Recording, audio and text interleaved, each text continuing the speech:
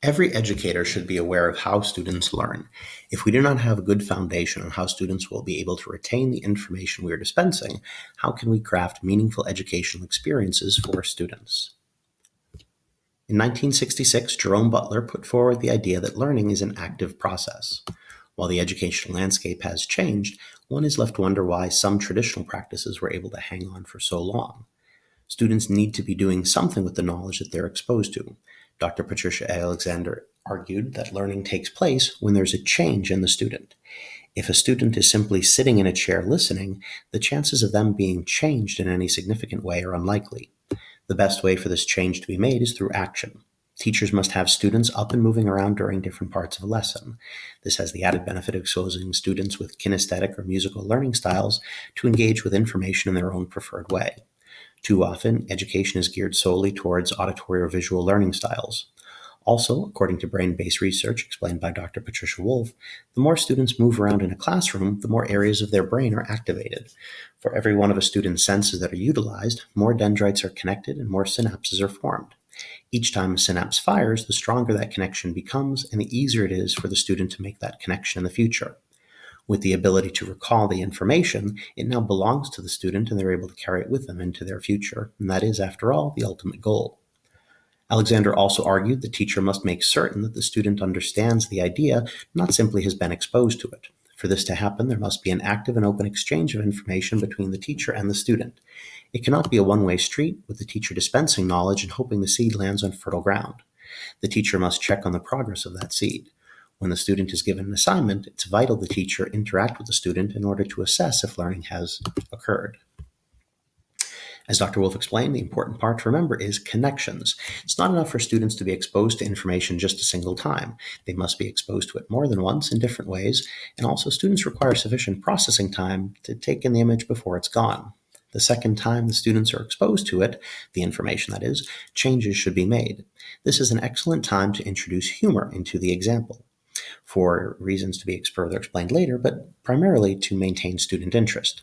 While there is ample evidence to prove that students require additional exposure to the same information in order to get it, many students approach hearing the same information as something akin to torture, or at the very least something to be avoided at all costs. This is also an excellent time to work in chances for the students to be exposed to information using additional learning styles. In this particular case, the students could create a neuron costume, or perhaps a group of students could get together and act out a connection and a synapse firing. Students could write poems or draw their own neurons or create examples of figurative language to help them remember specific details. This would be an excellent time to give the students choice in the matter of the assignment, which enhances the student motivation, and that idea will be explored further on.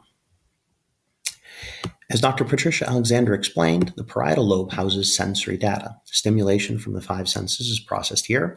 The more senses that are activated in an area at one time, the greater the chance of the information going from short-term to long-term memory. Vision is processed first in the occipital lobe.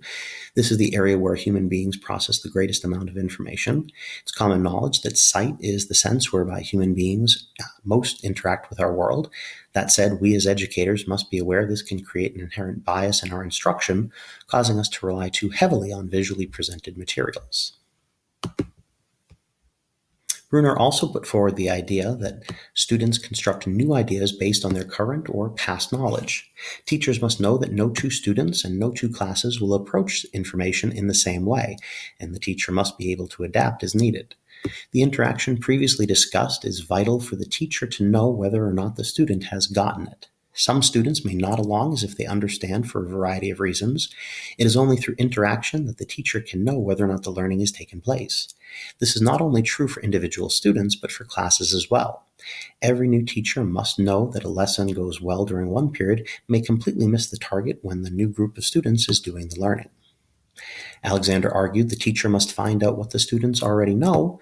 She also put forward the idea that the teacher must let the students come to their own interpretation of events from their own experience. The student cannot be passive in the process. The teacher must be certain that they give the students the opportunity to interact with the knowledge.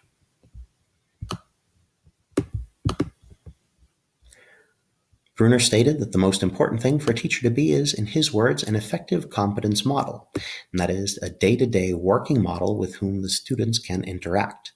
The teacher must first know what they are doing and how they process the information before the students, and they must demonstrate for the students how they are doing this, how they are processing their information.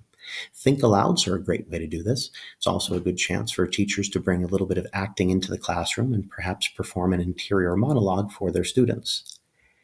As the teacher must provide opportunities for the student to see how the teacher processes information and to have the opportunity to exchange information, they must have the opportunity to exchange information with the teacher.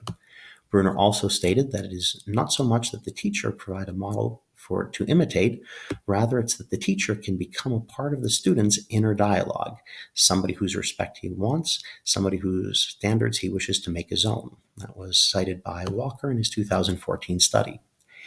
In order to do this, the teacher must motivate the learner. Behavior, motivation, and learning are all interrelated. As Dr. Patricia Wolf explained, all of these are controlled by the frontal lobe of the brain. If the students are motivated to learn, they will copy the teacher's example, and that is where they want to go.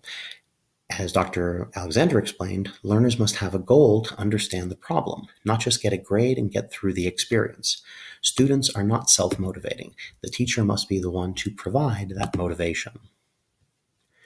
Humor is one method where teachers can motivate their students, but it is simply one part of a larger strategy. The important part is the teacher must demonstrate to the student that they enjoy the learning process themselves. If the student sees the teacher enjoys what they do, then the student might come to enjoy it as well. Every teacher must be aware, however, that like everything else, this will be subjective upon the individual learner. Some students will not be motivated by seeing the teacher enjoy the process. Some might not even like seeing hedgehogs, humorous captions, or quasi-appropriate neurons. For that reason, teachers must be constant in their monitoring and always varying in their individualized approach to find out what will motivate each student.